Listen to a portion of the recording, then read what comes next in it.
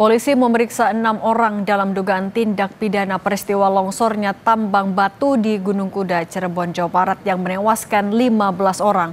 Dua yang diperiksa adalah Ketua Koperasi Pondok Pesantren Al-Zariyah, Abdul Karim yang merupakan pemegang izin tambang dan juga manajer operasional, Ade Rahmat. Polisi menyebut ada dugaan kelalaian dan pelanggaran undang-undang lingkungan dengan ancaman hukuman 5-15 tahun penjara.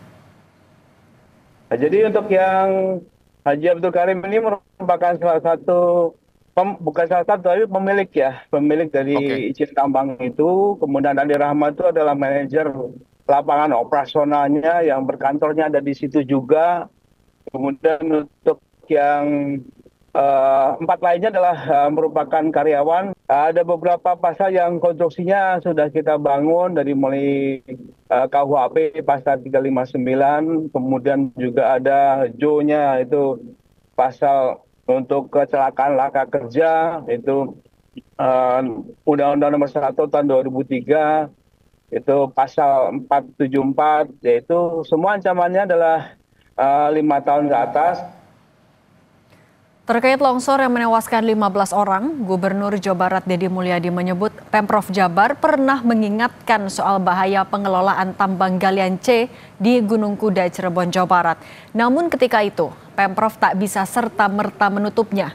Menurut Deddy, izin tambang galian C di Gunung Kuda, Cirebon diberikan pada 2020 dan akan berakhir pada Oktober 2025. Menurut Deddy, di era pemerintahannya, Dinas ESDM Jawa Barat pernah beberapa kali mengingatkan soal bahaya pengelolaan tambang batuan di lokasi tersebut. Namun tak bisa begitu saja menutupnya. Setelah ada peristiwa longsor yang menewaskan 15 orang, Pemprov Jabar memutuskan mencabut izin dan menutup kegiatan tambang di lokasi tersebut selamanya. Izinnya kan tahun 2020. Tahun 2020 berakhir bulan Oktober tahun 2025. Jadi moratorium dilakukan ketika melihat perizinan. Jadi izin yang habis tidak kita perpanjang. Jadi ini izin habisnya bulan Oktober. Tetapi karena ini peristiwanya terjadi saat ini dan Dinas SDM Provinsi sudah beberapa kali memberikan surat peringatan tentang bahaya pengelolaan tambang ini. Tetapi kan kalau langsung menghentikan kan kita tidak bisa. Nah untuk itu maka tadi malam kami sudah mengeluarkan sanksi administratif dalam bentuk penghentian izin, pencabutan izin dari tambang ini. Ini kan dikelola oleh Koperasi Pondok Pesantren. Koperasi Pondok Pesantrennya bernama Al-Zariyah. Dan kemudian di samping ini ada 2 lagi kan, ada 2 tambang yang sama yang dikelola oleh yayasan. Jadi 3-tiganya sudah kami tutup tadi malam.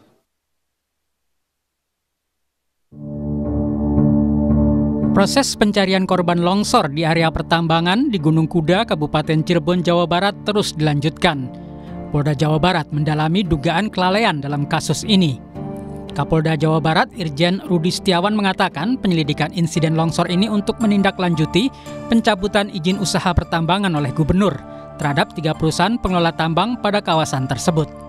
Beberapa saksi sudah diperiksa, itu kita naikkan ke proses dari lidik ke sidik untuk menetapkan tersangkanya. Ada beberapa undang-undang yang kita terapkan. Yang pertama adalah Undang-Undang Pertambangan, kemudian Undang-Undang Keselamatan Kerja dan Lingkungan Hidup, serta ada pasal KUHP 359 yang karena kelalaiannya menyebabkan 14 orang meninggal dunia. Sementara itu sejumlah keluarga mendatangi lokasi longsor untuk mengetahui nasib sanak saudara yang menjadi korban. Salah satunya keluarga Muniah. Pihak keluarga mengaku sudah tidak bisa lagi menghubungi Muniah pasca kejadian itu. Menurut keluarga, korban biasa berjualan minuman di lokasi tambang. Berkeliling di daerah tambang ini. Tapi nggak tiap hari, tapi 1 minggu 2 kali. Sudah berapa tahun sih Pak Muniah? Jualan udah ada sekitar 5 tahun lebih. 5 tahun. Sesuai PP nomor 23 tahun 2010 disebutkan pemberian izin usaha pertambangan eksplorasi batuan untuk lintas provinsi izinnya dari Menteri SDM. Jika pertambangan itu lintas kabupaten, maka izin diberikan oleh gubernur. Dan jika hanya dalam 1 kabupaten, maka izin dari bupati, wali kota. Aparat keamanan harus menyelidiki kasus ini hingga tuntas, termasuk soal izin tambang, agar kasus serupa jangan terulang lagi. Tim Liputan Kompas TV.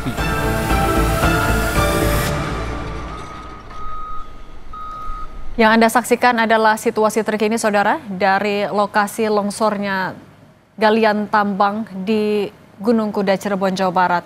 Hingga saat ini sebanyak 15 orang sudah dinyatakan tewas. Mereka adalah pekerja yang ketika longsor berada di lokasi tengah melakukan operasi penggalian tambang. Sementara masih ada setidaknya 10 orang dinyatakan hilang. Dan proses evakuasi korban akan menjadi prioritas dari tim gabungan yang sudah bekerja sejak terjadinya longsor. Dan Saudara, selain itu polisi juga memeriksa 6 orang dalam dugaan tindak pidana peristiwa longsornya tambang batu di Gunung Kuda, Cirebon, Jawa Barat yang menewaskan 15 orang. Lantas siapa yang harus bertanggung jawab dalam peristiwa longsor tambang batu di Gunung Kuda, Cirebon, Jawa Barat ini? Kita bahas bersama Ketua Perhimpunan Bantuan Hukum dan HAM Indonesia, Julius Ibrani. Selamat petang, Mas Julius. Mas Julius, bisa dengar suara studio?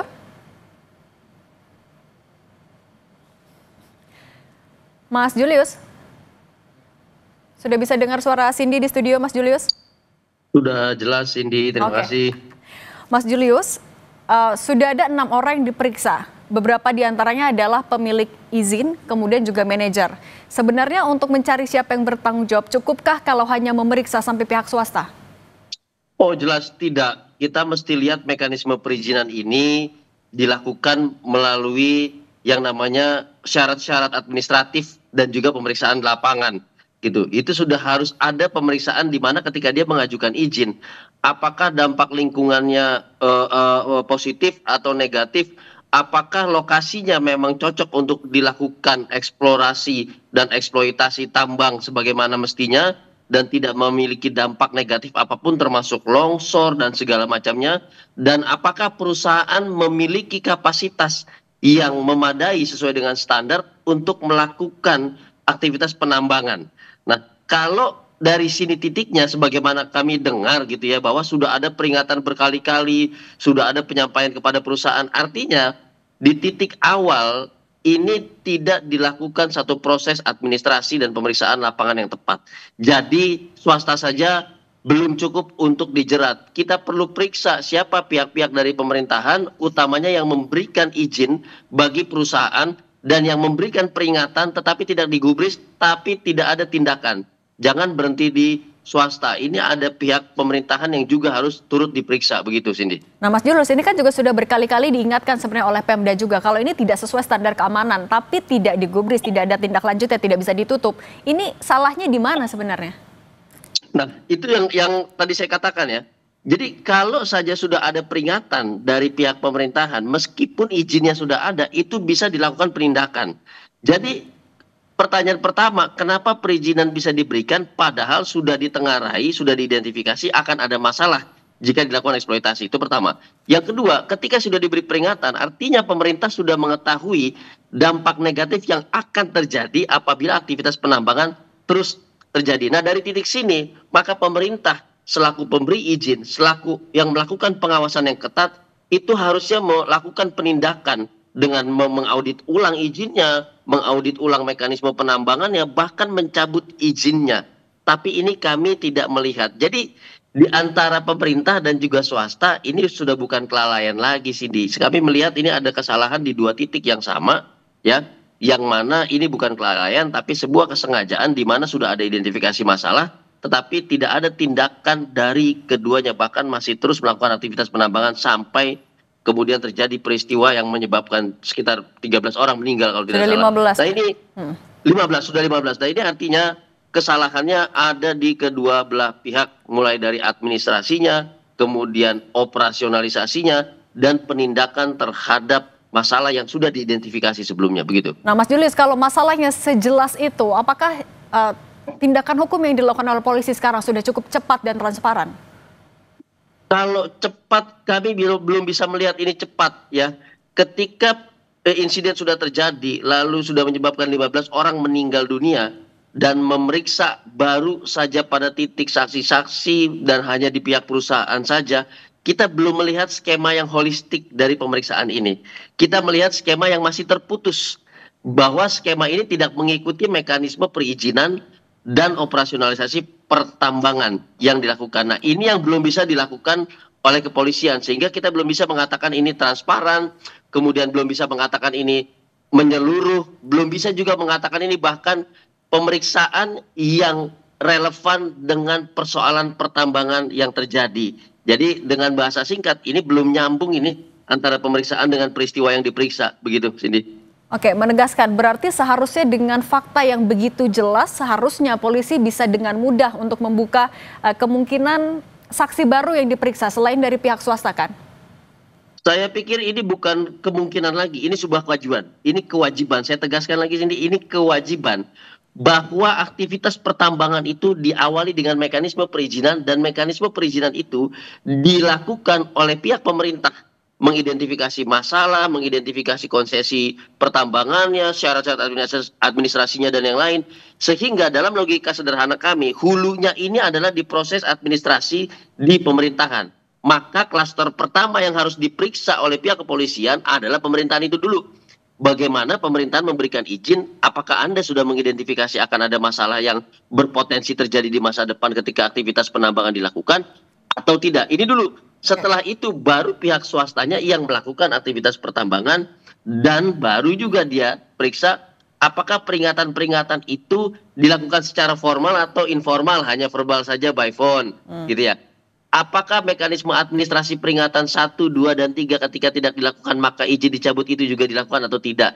Nah, ini alur yang harus dilakukan secara relevan dengan peraturan perundang-undangan yang ada di bidang pertambangan, di bidang lingkungan hidup, dan yang lain. Dan kami nggak melihat.